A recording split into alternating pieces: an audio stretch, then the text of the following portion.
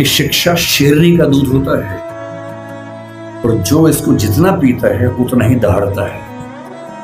बिना शिक्षित हुए कुछ नहीं मिल सकता। और यहां तक कहा कि तुम्हारे पैर में जूते हो ना हो, हाथ में किताब होनी चाहिए।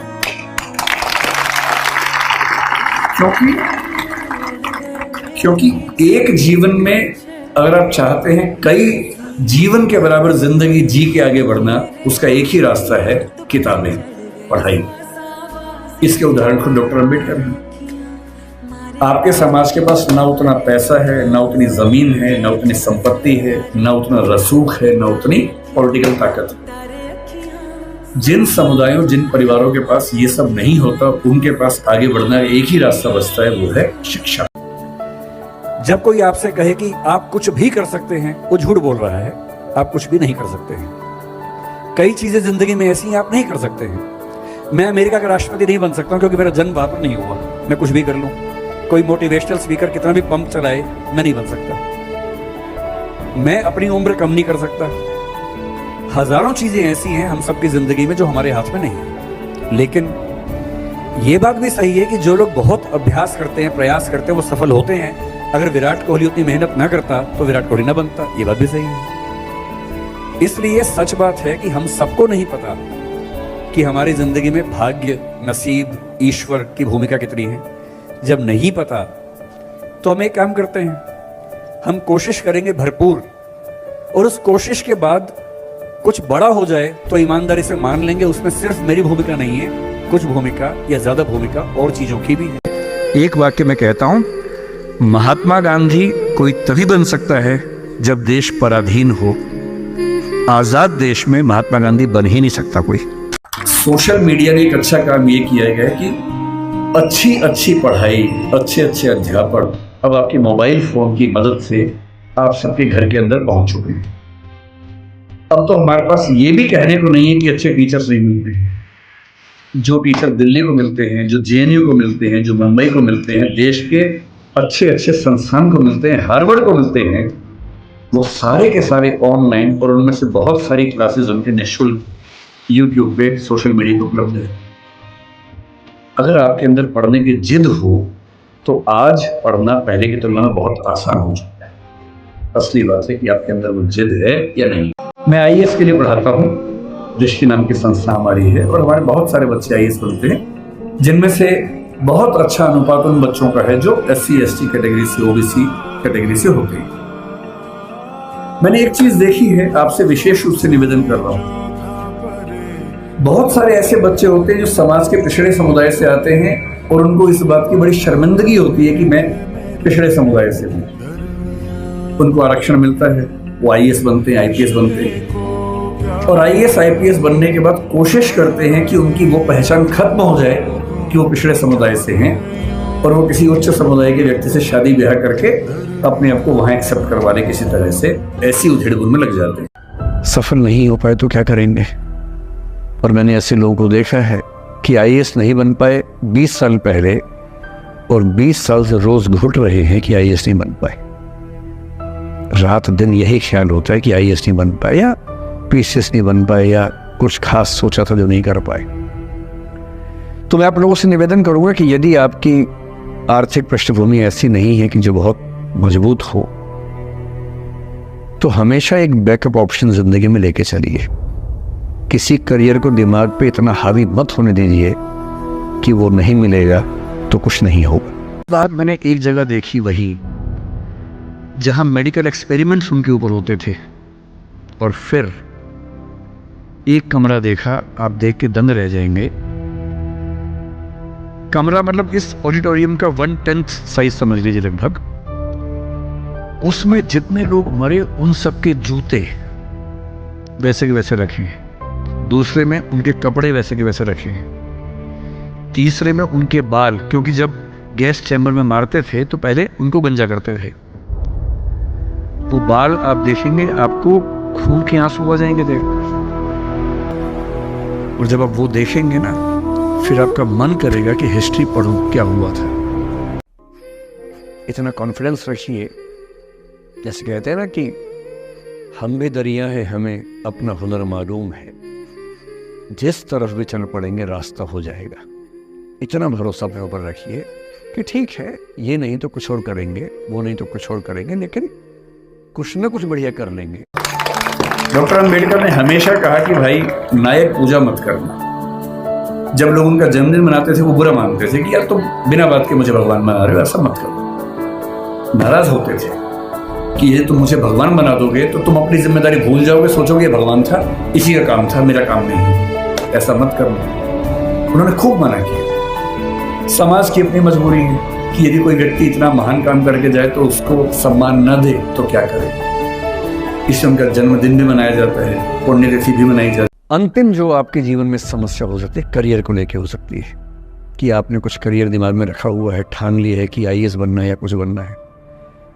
आप कुछ भी ठान लें, सिर्फ आपके हाथ में नहीं होता है। सफलताएं असफलताएं जीवन में रहती हैं। 10-11 लाख लोग आईएएस का फॉर्म भरते हैं, 5 लाख आईएएस का एग्ज़ाम देते हैं, 1000 का सिलेक्शन होता है। हर एग्ज़ाम में घुमा फिरा की यही स्थितियाँ होती हैं। पॉलिटिक्स में, स्पोर्ट्स में, बिजनेस में, हर जगह कंपटीशन इतना है। सफल होने की जितनी संभावना है उससे कई गुना संभावना विफल होने की हर क्षेत्र में है। जाति को लेकर कबीरदास ने बड़ी गहरी बात कही थी कि व्यक्ति की पहचान उसकी योग्यता से होनी चाहिए, मेहनत से होनी चाहिए। जाति में क्या रखा हुआ है? उन्होंने कहा जाति ना पूछो साधु की, पूछ लीजिए ज्ञान। ज्ञान पूछो, मोल करो तलवार का, पड़ी रहन दो म्यान। म्यान में क्या रखा है? तलवार की कीमत है। और यदि हम कहते हैं कि पिछड़े समाज के लोग पढ़ने में पीछे हैं, तो ऐसा क्या था कि एक बच्चे को मौका मिला और वो पूरी संविधान सभा में सबसे ज्यादा पढ़ा लिखा व्यक्ति बन गया? इसका मतलब है कि अवसर मिले, जुनून हो तो व्यक्ति कुछ भी कर सकता। उन्होंने कहा कि हम लोग जिंदगी जीते रहते हैं, किसी से लड़ते हैं, किसी से प्यार करते हैं, फिर झगड़ा करते हैं, लड़ते हैं, सफल होते हैं, किसी को हराते हैं, किसी से हारते हैं, हारते हैं तो नफरत पाल लेते हैं, हराते हैं तो ये भाव मन में आता है कि मैंने हरा दिया, मैं विजेता हूँ। इसी सब तिकड़म भरे अनुभवों को हम मिला के एक शब्द बोलते हैं जिंदगी, लाइफ। आपने कहा कि मैंने 20 की उम्र में बिजनेस किया, सफल हुआ, फिर यूपीएससी किया, सफल हुआ। हाँ, मैंने बिजनेस किया था, पहले नौकरी की, फिर बिजनेस किया। और मुझे नहीं लगता कि बिजनेस करना कोई इतनी मुश्किल चीज़ है कि कोई सफल ना हो सके।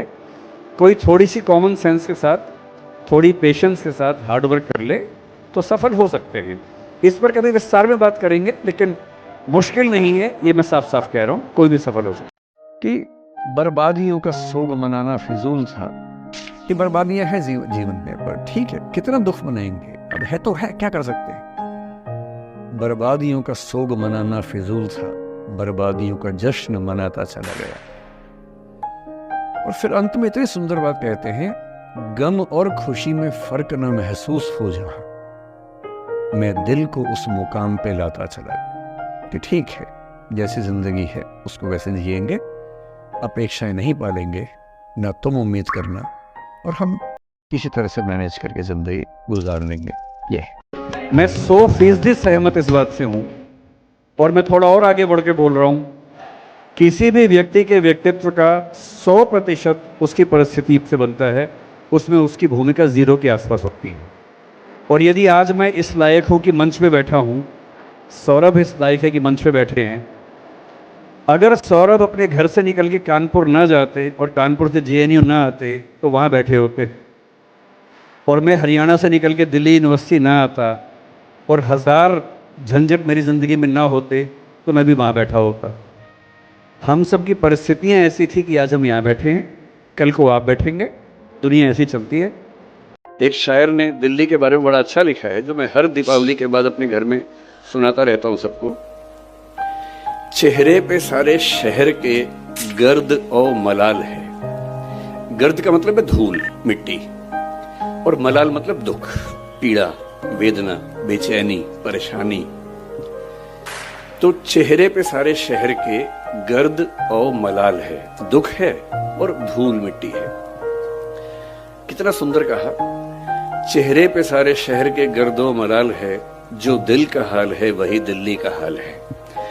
तो पूरी की पूरी दिल्ली ये गर्द जो है, धूल मिट्टी तो दीपावली के बाद 2 महीने होती है, लेकिन जो अंदर की धूल मिट्टी है साल भर रहती है। और मैं थोड़ा पढ़ लिख गया हूँ, ज्ञान की बातें कर लेता हूँ, लेकिन धूल मिट्टी तो मेरे अंदर भी उतनी ही है जितनी बाकी लोगों में होती है।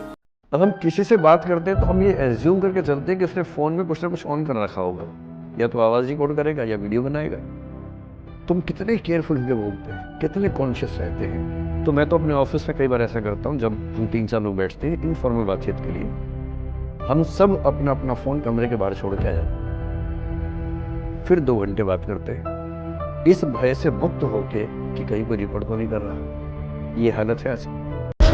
चूहों की दौड़ की सबसे रोचक बात यह है कि अगर आप जीत भी जाएं तो भी चूहे ही रहते हैं। और जिससे समझ लिया कि चूहा होना ही नहीं है, तो चूहों की दौड़ में दौड़कर किसको जीत के दिखाना है। अगर मैं जीत के दिखा भी दूं, किसको दिखाना है? क्या कोई इतना महत्वपूर्ण है कि उसको दिखाने के लिए मैं अपने 10 साल खराब कर दूं या 20 साल खराब कर दूं? क्यों दिखाऊं? और अंततः तो साक्षी भाव से खुद को ही देखना है। और यदि मैं अपनी चेतना के सही रास्ते पे नहीं हूं, तो दुनिया की नज़र में कितने भी सही रास्ते पे हूं, वो सही रास्ता कैसे हो सकता है? मेरा सही रास्ता तो मेरी चेतना, मेरी अंतरात्मा तय करेगी। और यदि मेरी अंतरात्मा इस बिंदु पर सुकून महसूस करती है कि मुझे उस चूहों की दौड़ में शामिल होना ही नहीं है, तो नहीं होना है। जैसे हम अपने जीवन में कोई लक्ष्य निर्धारित करते हैं, तो उसके मोटिवेशन कैसे इसमें बनाए रखा जाए। कभी कभी हम बहुत हाईली मोटिवेटेड हो जाते हैं और कभी कभी ऐसा लगता है कि अब हम कुछ नहीं कर पाएंगे, पूरी तरीके से नीचे गिर जाते हैं। प्रेरणा की निरंतरता कैसे बनाए रखी जाए? अगर आपको कुछ दिनों के बाद डिमोटिवेशन होता है, इसको छूने से नहीं मिलेगा। तो पहली बात तो ये बधाई की बात है कि आप मानसिक रूप से स्वस्थ व्यक्ति हैं। अगर कोई कहे कि मैं कभी डिमोटिवेटेड नहीं होता हूं, तो उसको इलाज की ज़रूरत है, क्योंकि दुनिया के हर इंसान को मोटिवेशन डिमोटिवेशन होता रहता है, सामान्य बात है, अनुपात की बात है। अगर आप महीने में 25 दिन मोटिवेटेड हैं, 5 दिन डिमोटिवेटेड है, तो किसी से पूछने की ज़रूरत नहीं है आप ठीक चल रही हैं, ये नॉर्मल बात है। और खुद को मोटिवेटेड रखने का 2 तरीके होते हैं। एक हवाई तरीका है, किसी मोटिवेशन वाले स्पीकर को सुन लीजिए जो दहाड़ के बोले यू कैन डू एनीथिंग। उससे क्या होगा कि 1-2 घंटे के लिए आप हीलियम भरे गुब्बारे की तरह हवा में उछलेंगे, 2 घंटे बाद नीचे आ जाएंगे वापस। तो जब कोई क्राइसिस हो तो किसी मोटिवेशनल स्पीकर को सुन लीजिए, 2-4 घंटे के लिए इमरजेंसी डोज मिल जाएगी आपको। लेकिन अगर सच में मोटिवेटेड रहना है तो उससे बात नहीं बनेगी। उसके लिए आपको एक प्रॉपर प्लानिंग, शेड्यूल, छोटे छोटे टारगेट्स, आसपास के दोस्तों से थोड़ा सा कंपटीशन, ज़्यादा नहीं, हल्का सा कंपटीशन, और निरंतर अगर आप आगे बढ़ रहे हैं, हल्का हल्का टारगेट पूरा कर रहे हैं, तो उससे जो सेटिस्फेक्शन आता है, जो मोटिवेशन आता है, वो कहीं और से नहीं आता है। रोज डायरी लिखिए, डायरी में नोट कीजिए कि कितना मैंने टारगेट रखा था, पूरा हुआ कि नहीं हुआ। एक बार आपने अपने इंटरव्यू में कहा था कि मेरा भ्रम टूटा जब मैंने अपनी माँ को खोया, मैं बोल नहीं पाई। लेकिन जब तक मेरी माँ थी मुझे ऐसा लगता था कि मैं बहुत कठोर और मजबूत व्यक्ति हूँ। जब उनकी मृत्यु हुई तो सच में मेरे लिए बहुत ही यूनिक अनुभव था कि मैं ऐसी ही सभा थी उनकी मृत्यु के चौथे दिन, ये बात है 15 नवंबर 2018 की बात है, ऐसी सभा थी, श्रद्धांजलि सभा, इतने ही लोग थे। मेरे पिताजी ने कहा कि तुम मंच संभालो, क्योंकि मैं मंच पे अक्सर रहता हूँ। मैंने माइक ऐसे ही हाथ में लिया और मुंह से आवाज़ निकली ही नहीं काफ़ी देर तक।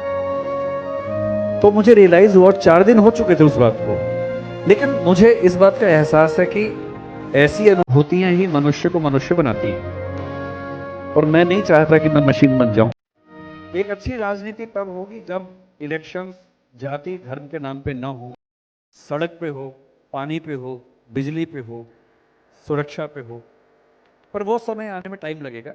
अच्छी बात यह कि मैंने मध्य प्रदेश, छत्तीसगढ़ में भी देखा, राजस्थान में देखा, इलेक्शन का सबसे बड़ा मुद्दा बन गया है कि कौन से मुख्यमंत्री ने महिलाओं को कौन सी सब्सिडीज दी हैं। और यदि बहुत बड़ी संख्या में महिलाओं की सब्सिडीज इलेक्शन को तय कर रही हैं, इसमें खुशी की बात है कि जाति और धर्म से ज़्यादा महत्व सब्सिडी का है। और सब्सिडी का मामला सीधे सीधे आर्थिक और विकास का मुद्दा है। ये सब संकेत हैं और ये संकेत जैसे जैसे बढ़ेंगे हम कह सकते हैं कि हमारी राजनीति मैच्योर होगी और बेहतर होगी। सर मेरा सवाल ये है कि यूपीएससी प्रिपरेशन के दौरान यूपीएससी का एक बहुत लंबा सिलेबस है और एक बारी सिलेबस कंप्लीट करने के बाद उसको रिवाइज करने में एक प्रॉब्लम हमें फेस करनी पड़ती है। तो सर मैं आपसे ये पूछना चाहता हूँ कि एक अच्छा रिवीजन शेड्यूल कैसा होना चाहिए और क्या एक टाइम पर हमें एक ही सब्जेक्ट पढ़ना चाहिए या 2-3 सब्जेक्ट का मिला करके रिवाइज करना चाहिए? धन्यवाद सर। ये हर व्यक्ति का अपना तरीका है। जैसे मैं जब पढ़ता था तो मैं एक बार में एक विषय पढ़ता था, 24 घंटे जब भी पढ़ूंगा एक ही विषय पढ़ूंगा। पर ऐसे कई लोग हैं जो 2-3 विषय साथ साथ पढ़ते हैं। अपने आप से पूछिए, जैसे आपकी नेचर है वैसे पढ़िए, किसी और से पूछने की जरूरत नहीं है, अपने स्वभाव के हिसाब से पढ़िए, वो सबसे अच्छा है। सर मेरा सवाल ये है कि यूपीएससी प्रिपरेशन के दौरान यूपीएससी का एक बहुत लंबा सिलेबस है और एक बारी सिलेबस कंप्लीट करने के बाद उसको रिवाइज करने में एक प्रॉब्लम हमें फेस करनी पड़ती है। तो सर मैं आपसे ये पूछना चाहता हूँ कि एक अच्छा रिवीजन शेड्यूल कैसा होना चाहिए और क्या एक टाइम पर हमें एक ही सब्जेक्ट पढ़ना चाहिए या 2-3 सब्जेक्ट का मिला करके रिवाइज करना चाहिए? धन्यवाद सर। ये हर व्यक्ति का अपना तरीका है।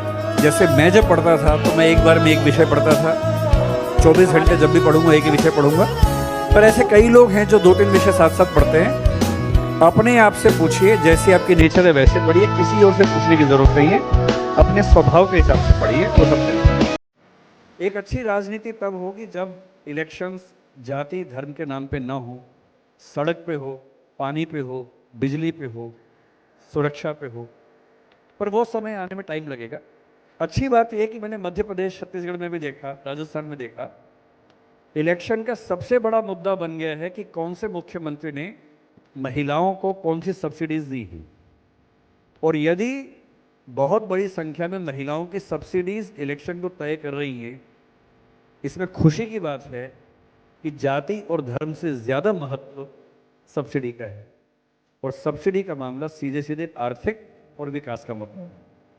ये सब संकेत हैं और ये संकेत जैसे जैसे बढ़ेंगे हम कह सकते हैं कि हमारी राजनीति मैच्योर होगी और बेहतर होगी। लोग कह रहे हैं कि अब टीचर भी यूट्यूब पे आ गए हैं और वो वहाँ से सेलिब्रिटी बन गए हैं। टीचर से सेलिब्रिटी बनना, पहली बात तो मैं ये मानता हूँ कि अच्छा लक्षण है बहुत। इसलिए नहीं कि मैं उनमें से हूँ, क्योंकि मैंने अभी एक सेशन में बात कही पहले भी कि किसी समाज का भविष्य इस बात से तय होता है कि वो समाज अपने हीरो के रूप में किसको देखता है।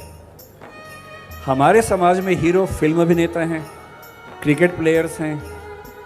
टीचर्स हमारे समाज में पहली बार हीरो के रूप में उभर रहे हैं। और जिस समाज में टीचर हीरो बनने लगता है, इसका मतलब शिक्षा की वैल्यू बढ़ रही है और शिक्षा की कीमत बढ़ रही है। इसका मतलब है कि समाज के आगे बढ़ने के लक्षण बेहतर हैं। तो मैं तो खुश हूँ कि पहली बार टीचर्स को इतना सम्मान कोई दे रहा है। मैं मंच पर तो बोल लेता हूँ, वैसे निजी जीवन में बहुत ही संकोची व्यक्ति हूँ, बहुत ही अंतर्मुखी हूँ और मुझे कोई खींच के बाहर ना लाए तो मैं एक एक महीना अपने रूम में बैठ के पढ़ता रहता हूँ। मुझे लगता है कि एकांत में जो सुख है वो सुख मुझे मिलता नहीं बाहर। तो मैं पार्टियों में जाने वाला व्यक्ति नहीं हूँ। किसी का जन्मदिन, किसी की शादी में मुझे बुलावा है तो मैं तुरंत सोचता हूँ कि क्या बहाना लगाऊं कि ना जाना पड़े मुझे। तो मैं ऐसा हूँ, दरअसल हूँ, ये मेरा स्वभाव है। और मेरी टीम को ये पता है कि जब भी कोई इनविटेशन आए, आमंत्रण आए तो कैसे मना करना है। उनको पूरी उसकी विधि पता है मना करने की, कि किसी का अपमान भूल के भी ना हो, पूरे सम्मान के साथ, विनम्रता के साथ